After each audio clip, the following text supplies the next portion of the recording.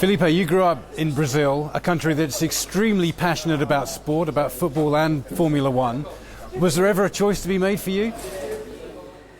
Well, actually, I was always, when I was a kid, I was a big fan of cars, of racing, of speed. My father used to be a driver for fun, and I think that was when I was going to the track with him. It was like a dream come true for me, and I always wanted to be a driver, so I'm doing what I'm always dreamed to do. And the Brazilian fans at Formula One are so passionate. What is it like to drive at Interlagos with everybody there rooting for you? Do you feel the pressure? Well, it's amazing. For sure you have a lot of people, big pressure, but it's a nice pressure, racing at home. So I won 2 times in Interlagos and I did 3 pole positions, so I can say it was one of the most nice days of my life. Do you see Ferrari as the natural team for Latin drivers? Yes, but Ferrari is like the most important team in Formula One. So you can say for Latins, for not Latins, for whatever.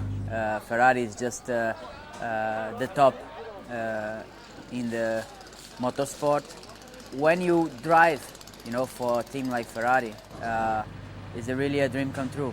So I was always a big fan of Ferrari cars since I was a kid. All my little cars was red, and for sure my first go-kart was red, and I think that's really a nice feeling to drive a Ferrari. Are you superstitious? How do you prepare for a race? Do you have any kind of pre-race rituals that you go through? Yes, many. How many?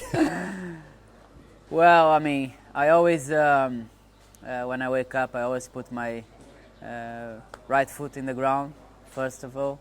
Always put my right foot in the car, first of all.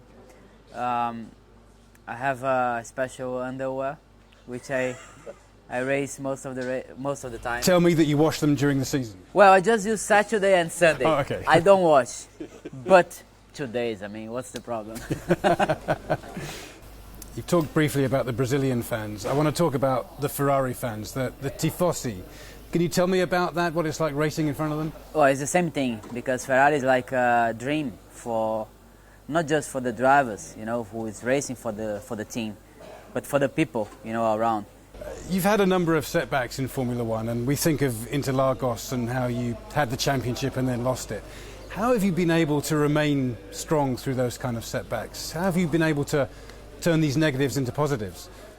Well, for sure, the way I lost the championship, it was not in Interlagos. So we did 18 races in that season, and we lost some important points in some races, So Interlagos, it was perfect. I did the pole position, I did the fastest lap, I did I won the race.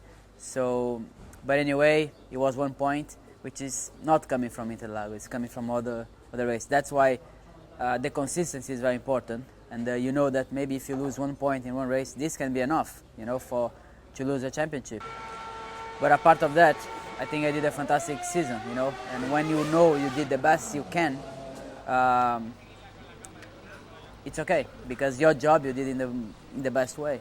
Now, you've had many things happen to you in your career, but your head injury a couple of years ago was very, very serious. It is a dangerous sport. We saw what happened to Robert Kubica in rallying recently.